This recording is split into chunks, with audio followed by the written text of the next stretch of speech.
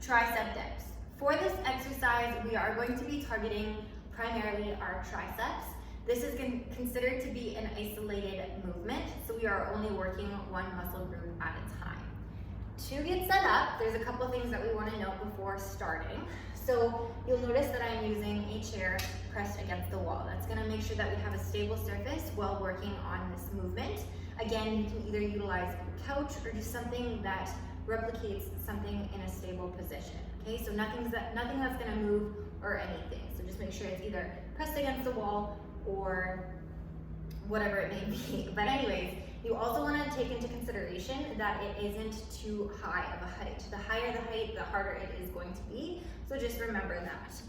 Getting started, you are going to take your hands and you're going to get set up into this position. Okay, shoulders are rolled out, chest is high, keeping that core nice and strong. From here, just make sure that your body's a little bit snug to that the object that you choose to use. You're going to come down into position and then press up with your triceps. Try to make sure that your elbows or your shoulders aren't elevating. Keep them down at all times. Core is strong, big press. If this is too easy, you can do full extension of the legs. So right there, we were doing bent knees. We can then extend the legs to make it a little bit harder, big press up.